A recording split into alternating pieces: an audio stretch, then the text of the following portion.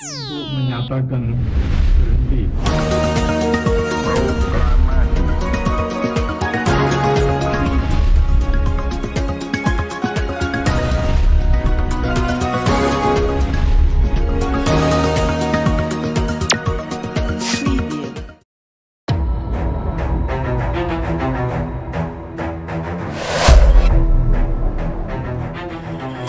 Yang pertama saya kira harus kembalikan gitu ya, regulasi yang membolehkan atau mengizinkan SPBU swasta melakukan impor dalam waktu 1 tahun supaya dia punya waktu agar tidak terjadi kelangkaan. Nah, kemudian yang kedua, batalkan gitu ya kebijakan impor satu pintu yang dilakukan oleh Pertamina karena itu mengarah pada monopoli dan monopoli yang dirugikan adalah konsumen gitu ya. Assalamualaikum warahmatullahi wabarakatuh. Kembali lagi bersama saya Naura di Secret Story Podcast. Baik teman-teman, di balik rutinitas kita mengisi bensin di SPBU ada dinamika yang jarang disorot publik. Di satu sisi, pemerintah mendorong investasi sektor hilir migas agar makin kompetitif. Di sisi lain, SPBU swasta yang bermunculan sejak era liberalisasi energi kini menghadapi persoalan yang pelik, kesulitan pasokan, disparitas harga, dan ketimpangan regulasi. Apakah kehadiran SPBU swasta benar-benar menghadirkan pilihan bagi masyarakat atau justru tersandera oleh dominasi distribusi bahan bakar nasional yang belum sepenuhnya terbuka? Bagaimana masa depan energi retail Indonesia sedang dipertaruhkan dan apa yang sebenarnya sedang dipertaruhkan. Untuk mendiskusikan hal ini telah bergabung di studio Secret Story melalui via Zoom bersama Pak Fahmi dari Yogyakarta. Selamat pagi Pak Fahmi. Pagi Naura. Oke, baik Bapak, terima kasih sudah mau bergabung dengan kami hari ini ya Pak. Terima kasih sudah diundang. Oke, baik Pak. Nah Pak, sebelum kita lebih jauh Pak, kita ingin mengetahui pandangan Bapak bagaimana sih Pak melihat sengkarut pasokan BBM terutama SPBU swasta yang dimana masyarakat saat ini sangat bergantung Pak. Silakan Pak Fahmi. Ya, kalau kita gunakan data historis gitu ya, kelangkaan itu sepertinya baru sekarang terjadi.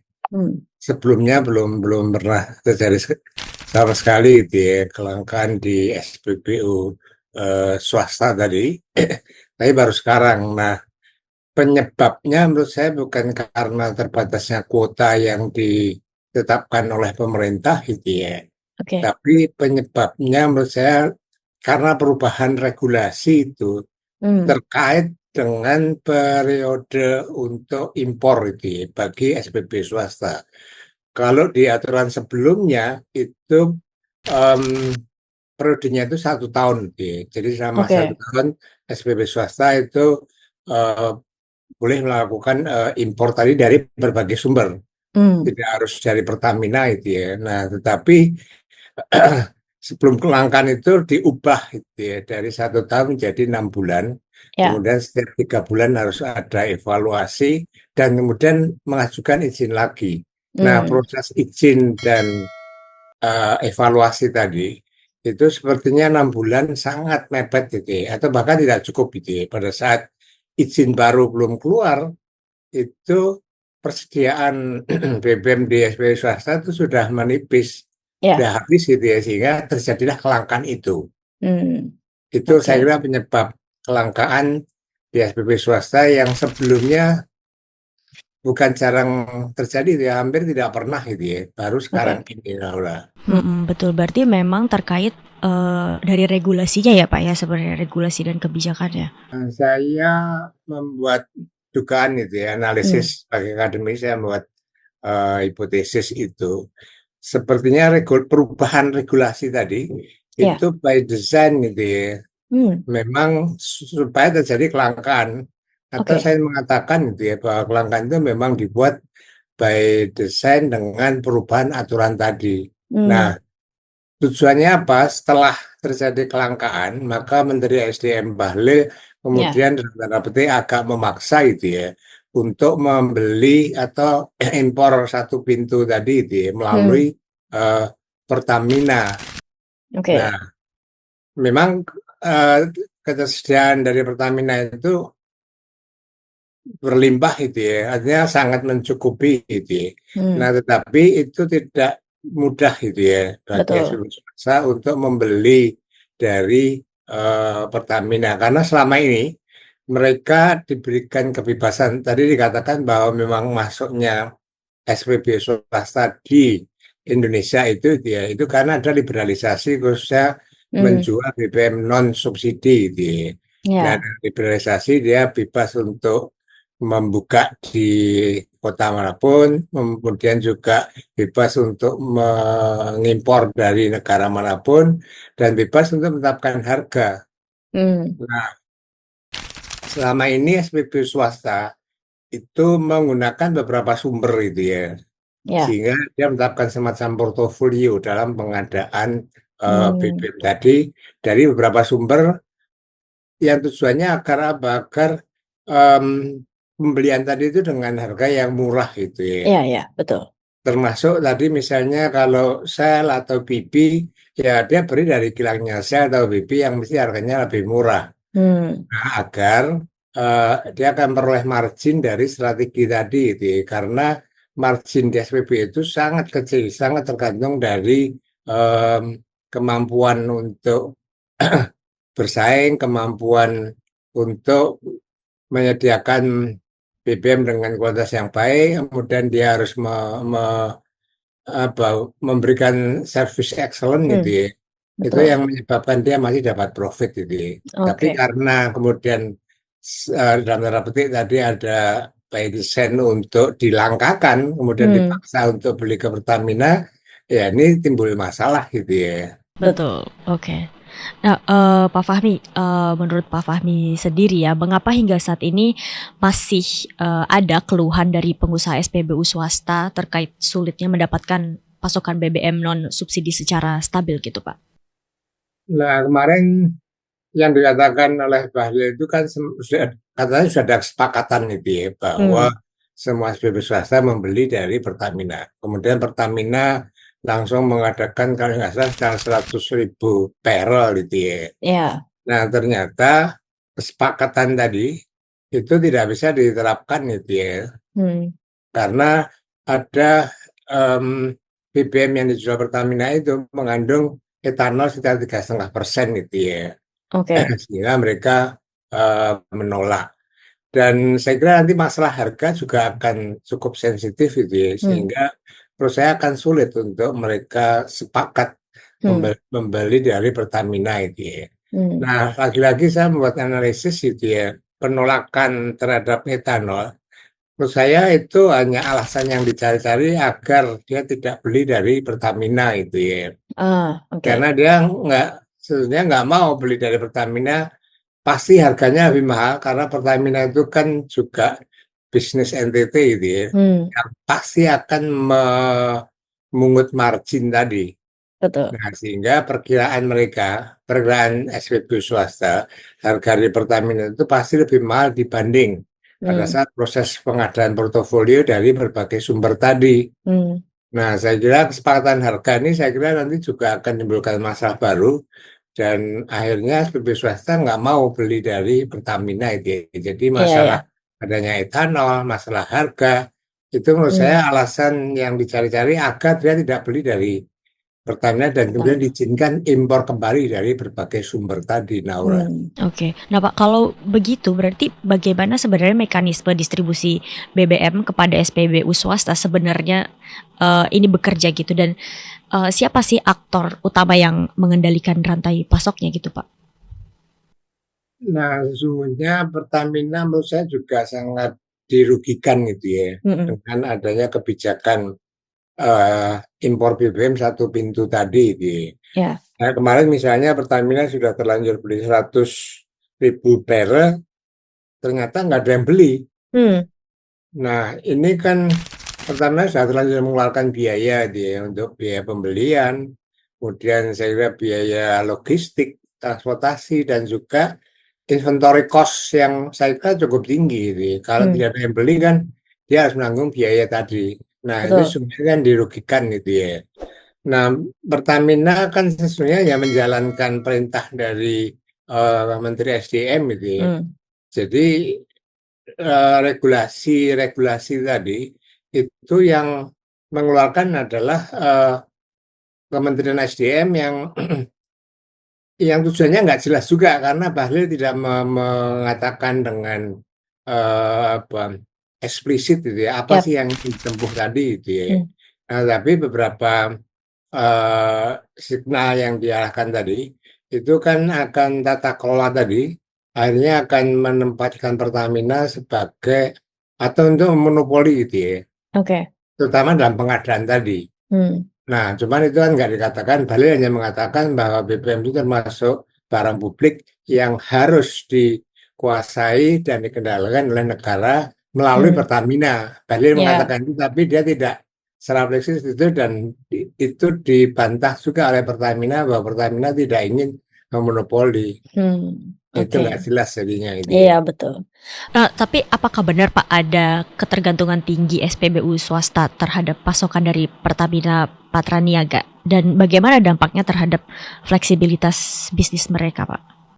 Nah, kalau regulasi sebelumnya yang memberikan waktu 1 tahun, SPB swasta itu punya banyak waktu dia untuk mengadakan dari berbagai sumber. Tadi saya sebut dia membentuk portofolio gitu ya, tidak hanya Ya. dalam satu sumber saja, tapi beberapa sumber untuk mencari BBM yang lebih murah atau yang paling murah gitu ya dengan Oke. portofolio tadi. Nah, kalau kemudian opsi itu ditutup, kan mau tidak mau kan harus beli dari Pertamina. Nah, kalau beli dari Pertamina hanya dari satu sumber, maka tidak ada jaminan itu ya, apakah kualitasnya itu sesuai dengan kualifikasi yang ditetapkan oleh SPB swasta, harganya juga kemahalan atau tidak. Jadi saya kira ini suatu hal yang sulit gitu ya. Apalagi gitu ya, yang tiga itu Pertamina itu kan pesaingnya mereka. Iya, Jadi nggak masuk akal betul. kalau kemudian dia menjual dengan harga murah misalnya. Itu pasti tidak. Nah, berbagai kerumitan ini gitu ya, itu akhirnya banyak sampai sekarang gitu ya, belum ada SPBU yang beli dari Pertamina. Vivo sempat beli tapi kemudian ditarik Ya. kembali gitu ya. Nah, kalau em, opsi impor tadi tertutup karena regulasi, kemudian juga opsinya hanya ada pada Pertamina, tetapi tidak ada kesepakatan dari kualitas maupun harga, ya tidak ada pilihan bagi SPB swasta, maka kemudian dia akan merugi dan akhirnya bangkrut gitu ya. Bahkan Shell itu sudah merumahkan beberapa karyawannya dan dia sudah bersiap akan keluar dari investasi SPBU di Indonesia.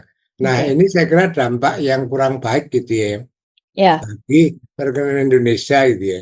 Kalau misalnya PHK kan akan menambah masalah tentang lapangan pekerjaan. Kemudian juga kalau misalnya Shell dan teman-temannya itu benar-benar cabut dari Indonesia, ini akan mempengaruhi iklim investasi yang tidak kondusif gitu. Oke. Dan saya yakin pengaruhnya tidak hanya di sektor investasi di sektor migas saja, tetapi juga ini akan mempengaruhi di investasi di bidang yang lain itu ya. Karena mereka akan menilai sangat mudah sekali bagi Indonesia mengubah aturan yang merugikan bagi investor. Ngapain saya harus invest di Ya. Indonesia? Nah, kalau itu terjadi, maka akan mengganggu perekonomian, yang jelas itu akan mempengaruhi pertumbuhan ekonomi, gitu ya. Sehingga target pertumbuhan ekonominya Prabowo yang ditetapkan 8% di akhir periode, saya kira dalam kondisi semacam ini mustahil untuk dicapai itu. Oke, Pak. Nah, Pak, selain itu, apa tantangan terbesar dalam menjaga kontinuitas pasokan BBM bagi SPBU swasta di luar Pulau Jawa, Pak? Mungkin terutama di wilayah Indonesia Timur. Ya, sebetulnya mereka kan hanya di kota-kota besar gitu ya, Jakarta, Medan, Surabaya, Ya. di Indonesia Timur dan sebagainya itu kan dia tidak membuka karena memang cost-nya terlalu tinggi gitu ya. Misalnya dia harus dituntut punya penyimpanan gitu ya, atau bahkan dituntut punya kilang juga. Yang ini biayanya cukup mahal, sementara pendapatan dari SPBU itu marginnya sangat kecil. Ya. Maka mereka hanya terbatas di kota-kota besar gitu ya. Kalau kemudian diwajibkan seperti Pertamina, barangkali itu terlalu berat bagi SPBU swasta karena kosnya terlalu tinggi. Tetapi kalau itu benar-benar dilakukan oleh SPBU swasta, bahwa dia akan membuka SPBU di berbagai daerah termasuk di luar Jawa, di Jawa itu ya. Kalau persaingannya fair, saya khawatir justru Pertamina akan kalah dalam bersaing gitu ya. Karena kelebihan mereka itu yang pertama dia menjaga kualitas dengan spesifikasi yang tinggi gitu ya. Nah, kemudian yang kedua service excellence-nya itu lebih baik dari Pertamina tadi. Nah, sehingga image bahwa kualitas BBM di swasta itu lebih baik gitu ya. Sehingga misalnya kemarin penolakan beli dari Pertamina itu karena etanol, karena itu akan mempengaruhi kualitas. Alasan yang dikemukakan kan itu ya. Nah, kalau mereka diberikan kebebasan masuk di berbagai daerah, saya khawatir Pertamina akan kedodoran dalam bersaing gitu ya. Apalagi image-nya Pertamina melalui Patraniaga ini kan amat buruk gitu ya. Jadi apakah korupsi di Patraniaga atau kemarin misalnya isu blendingnya di Pertamina itu dia menjual dengan harga Pertamax tetapi rasa Pertalite kan. Iya, betul. Nah, ini yang menyebabkan konsumen itu berpindah dari SPBU Pertamina ke SPBU swasta dalam jumlah yang besar gitu ya. Jadi ada sisi positifnya, ada sisi negatifnya gitu ya. Positifnya mereka akan lebih luasa karena dituntut untuk membangun penyimpanan, bangun kilang. Tapi di sisi yang lain ini akan jadi ancaman bagi Pertamina itu ya. Oke. Tetapi apakah berarti SPBU swasta itu mendapat perlakuan yang setara Pak dengan Pertamina dalam harga jual atau mungkin margin keuntungan sudah setara Pak atau bagaimana? Ya, SPBU swasta itu kan boleh masuk atau menjual gitu ya, untuk BBM non subsidi. BBM non subsidi itu pertama ke atas gitu ya. Nah, selama ini dalam tata kelola BBM non subsidi itu Pertamina harganya yang menentukan adalah si Pertamina itu ya. Sementara SPBU swasta ya dia menetapkan sendiri sesuai dengan perhitungan pembentuk harga tadi. Nah, untuk harga itu ya, memang kadang-kadang lebih mahal di SPBU swasta, tapi sisanya nggak banyak. Tapi kemahalan lebih mahal tadi ini memang untuk membayar servis yang lebih baik tadi, kualitas yang lebih baik dan konsumen bisa memahami itu. Betul. Ya. Artinya dengan harga yang mahal dia tetap beli di SPBU swasta, bahkan sepeda motor juga banyak yang beli SPBU swasta itu. Nah, maka setara atau tidak, saya kira dalam penetapan harga itu menurut saya setara gitu ya. Kalau ada perbedaan nggak terlalu signifikan karena variabel pembentukan harga yang terutama itu harga minyak dunia, kemudian juga harga inflasi dan juga kurs rupiah terhadap dolar gitu ya. 3 variabel itu dipakai untuk menetapkan harga baik oleh Pertamina maupun oleh SPBU swasta sehingga harganya kan berfluktuasi gitu ya. Jadi dalam penetapan harga itu saya kira hampir setara. Tapi dalam pengadaan memang fasilitas atau infrastruktur yang dimiliki Pertamina itu lebih lengkap gitu ya. Dia punya minyak mentah, dia punya kilang, punya penyimpanan. Itu kelebihannya itu di situ. Oke.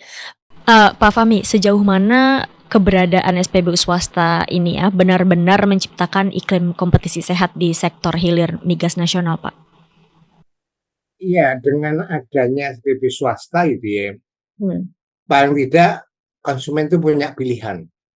Saya kan membeli di SPBU swasta atau membeli di Pertamina dengan berbagai pertimbangan yang mempengaruhi behavior mereka, mengenai perilaku mereka tadi itu ya. Nah, bagi konsumen memang karena konsumen internasional itu biasanya harga. Tapi ada konsumen yang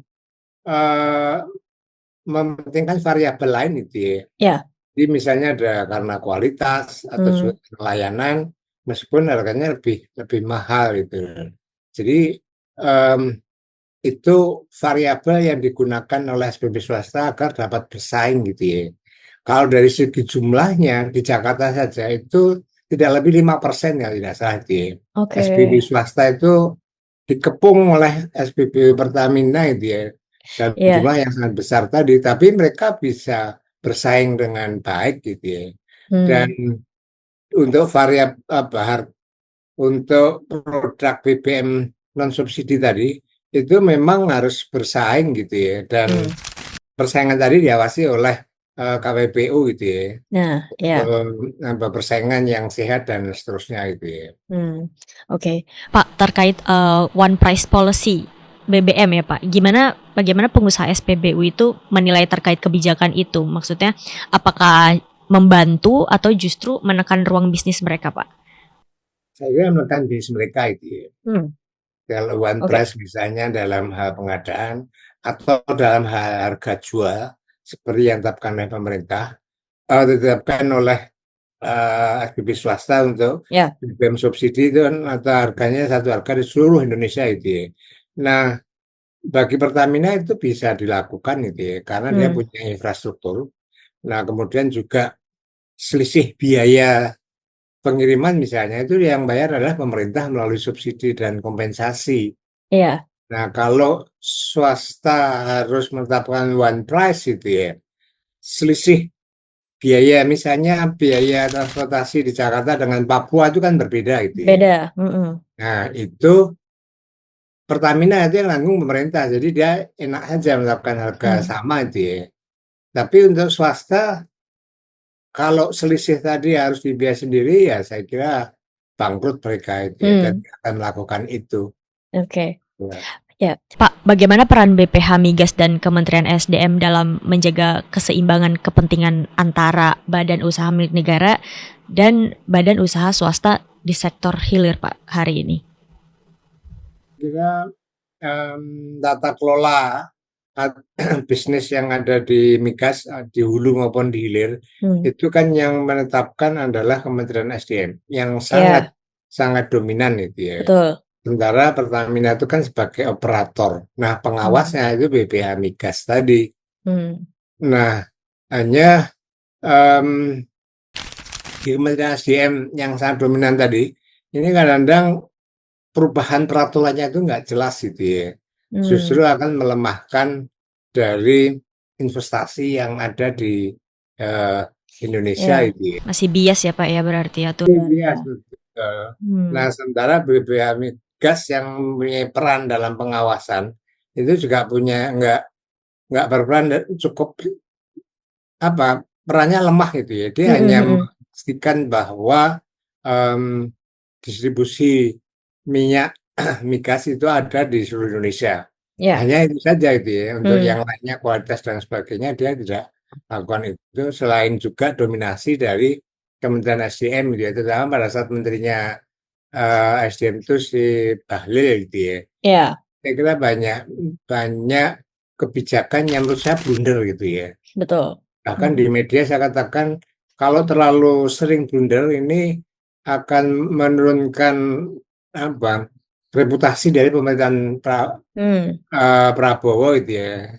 Jadi menurut saya sebagai akademisi yang nggak punya tujuan apapun, saya selalu katakan Bahlil harus direshuffle. Oke Pak. Pak Fahmi, kita juga ingin mengetahui adakah model bisnis atau kebijakan di negara lain ya Pak yang bisa menjadi referensi bagi Indonesia dalam memperkuat SPBU swasta tanpa mengorbankan kontrol negara atas energi Pak? Nah, kalau sudah tetapkan mengundang gitu ya SPB swasta lalu liberalisasi, dan itu kan juga dibatasi untuk komoditas atau produk BBM non subsidi gitu ya, yang itu merupakan produk untuk persaingan bebas tadi. Nah, maka yang harus dijaga itu ya oleh Kementerian SDM itu memastikan bahwa persaingan di sektor migas di hilir itu itu ya benar-benar persaingan yang bebas gitu ya. Kemudian juga KPPU dia harus mengawasi kalau ada yang melanggar yang harus ditegur atau juga dikenakan sanksi gitu ya. Sehingga yang di apa pentingkan tadi itu mekanisme persaingan itu dapat berjalan secara fair gitu ya. Nah, yang terjadi di negara-negara maju gitu ya, di Amerika, Eropa, yang saya tahu di Australia gitu ya, itu juga persaingannya sangat sangat bebas gitu ya, dan sangat fair, Betul. menggunakan variabel-variabel tadi, kualitas, service excellent, dan juga harga. Nah, kalau kemudian service excellent dan juga kualitas, itu biasanya antar perusahaan itu sudah mencapai pada titik maksimal sama gitu ya. Oke. Nah, sehingga kemudian mereka menggunakan persaingan itu harga. Nah, sehingga wajar gitu ya, harga di negara-negara maju tadi, harga BBM itu setiap hari harganya berubah. Ya, Tergantung variabel dari betul. harga minyak dunia itu ya. Nah, disitulah kemudian menjadi kompetitif advantage-nya melalui harga tadi.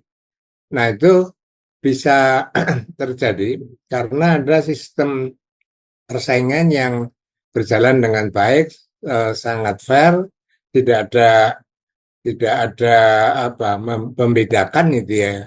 Nah, kalau di Indonesia itu ya, regulasi yang terakhir yang terkait dengan impor BBM satu pintu itu Bahlil kan mengatakan juga bahwa arahnya nanti adalah monopoli, meskipun itu dibantah oleh Pertamina itu ya. Nah, secara teoritis itu ya, monopoli itu pasti merugikan konsumen. Jadi yang dirugikan adalah konsumen gitu ya. Kalau Pertamina misalnya berhasil monopoli misalnya, maka nggak ada pesaingnya, nggak ada pilihan bagi konsumen itu ya. Pertamina bisa seenaknya, nggak perlu servis bagus gitu ya. Bahkan harganya bisa lebih mahal. Karena pastinya apa? Pak. Karena nggak ada SPBU lain, nggak ada pilihan. Kan nggak mungkin mobilnya atau motornya pakai air, kan nggak mungkin. Iya, betul. Nah, harus beli di Pertamina. Nah, itulah kemudian yang dirugikan adalah Konsumen ya Pak. konsumen.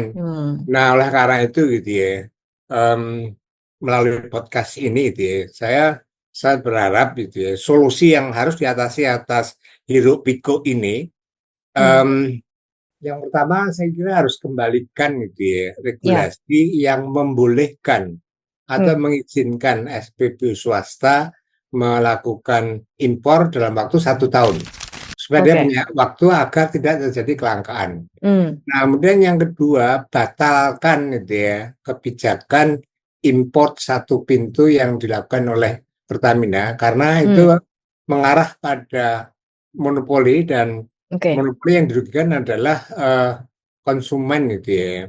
Nah, yang ketiga, untuk menjaga agar iklim investasi itu kondusif gitu ya, maka persaingan itu harus benar-benar bebas dan fair gitu ya. Kalau ada yang melanggar aturan dari persaingan bebas tadi, ya harus ditindak siapapun, termasuk Pertamina. Kalau memang salah ya dia harus tindak, maka terjadilah persaingan yang bebas. Nah, persaingan yang bebas itulah yang diinginkan oleh SBU swasta itu ya. Karena pada saat kita masuk ke Indonesia, itu kan ada semacam liberalisasi gitu ya.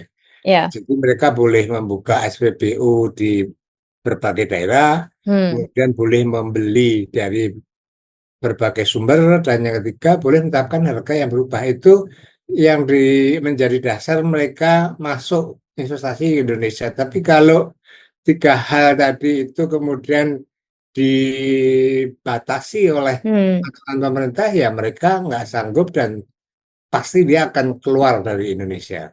Betul.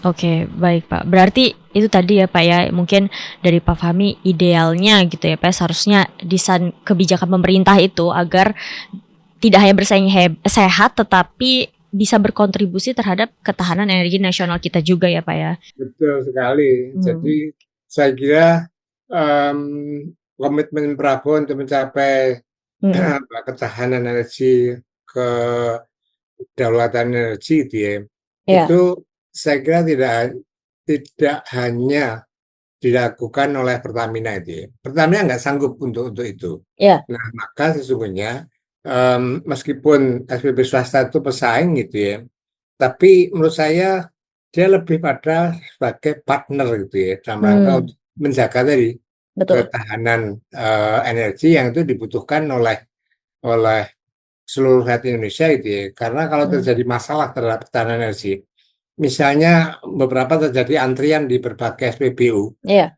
wah ini akan menimbulkan masalah gitu ya terhadap ketahanan energi tadi. Kalau misalnya mereka antrinya terlalu lama akan memicu chaos misalnya gitu Iya. ya. Sama waktu antri LPG 3 kilo itu kan menimbulkan Iya, masalah gitu Pak. ya. Betul. Nah, dalam konteks menjaga ketahanan energi tadi, maka pemerintah harus memperlakukan gitu ya, SPBU swasta itu sebagai partnernya Pertamina, bukan pesaing. Kalau pesaing Betul, ya betul. pesaing di pasar gitu ya, itu Iya. silakan. Tapi perlakukan dia itu sebagai partner yang ikut menjaga ketahanan energi. Itu yang penting, Laura. Oke. Oke, baik Pak Fahmi. Terima kasih nih Pak atas diskusi dan analisisnya terkait ketahanan energi ya, khususnya bagaimana persaingan atau posisi saat ini ya SPBU swasta dan Pertamina itu situasinya seperti apa. Dan tadi teman-teman kita baru saja ngobrol-ngobrol dengan Pak Fahmi ya Pak ya. Jadi kita bisa tahu nih Pak, penonton mungkin generasi muda juga biar tahu situasi saat ini seperti apa gitu ya. Di antara generasi muda harus Gen Z itu harus tahu permasalahan bangsa yang itu ada di depan mata mereka kan. Iya, betul Pak. Karena ini memang terkait dan berhubungan dengan kehidupan sehari-hari kita juga kan Pak. Betul, iya. Oke teman-teman, di antara deretan pompa bahan bakar yang kita lihat setiap hari tersimpan kisah tentang ketimpangan dan perjuangan. SPBU swasta mungkin belum sepenuhnya menjadi simbol kompetisi bebas seperti yang diimpikan, tetapi ia adalah cermin dari kompleksitas energi nasional antara kebutuhan publik, regulasi negara, dan realitas pasar. Mampukah Indonesia menemukan titik keseimbangan antara efisiensi bisnis dan kedaulatan energi? Saya Ade Naura, sampai bertemu di episode selanjutnya. Wassalamualaikum warahmatullahi wabarakatuh. Waalaikumsalam. Pak Fahmi, terima kasih Pak atas waktunya. Sama-sama, mudah-mudahan bermanfaat.